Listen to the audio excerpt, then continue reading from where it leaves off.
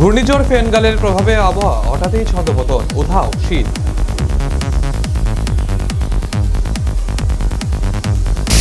Agartala press ক্লাবের উদ্যোগে এবং তথ্য ও সংস্কৃতি দপ্তরের সহযোগিতায় আয়োজিত 4 দিনের মিডিয়া স্কিল ডেভেলপমেন্ট ওয়ার্কশপ অনুষ্ঠিত হয়। এদিনের অনুষ্ঠানটি উদ্বোধন করেন মুখ্যমন্ত্রী ডক্টর মানিক সাহা।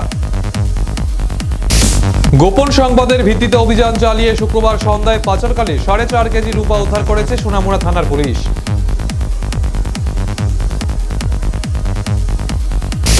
চিকিৎসা পরিকাঠামোর উন্নয়ন ও বৃদ্ধি সম্প্রসারণায় জেম হাসপাতালের সেইভাবে না হওয়ায় রোগীর চিকিৎসায় সুবিধা প্রতুল ও সংকুচিত হয়ে রয়েছে।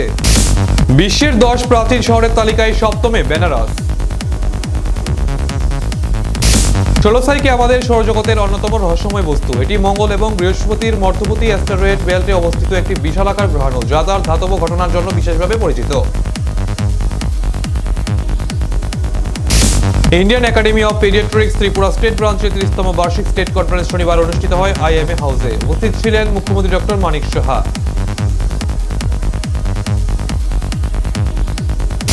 স্ট্রিট ভেন্ডারদের আত্মনির্ভর করে তুলতে সহায়তা করে যাচ্ছে কেন্দ্র ও রাজ্য সরকার।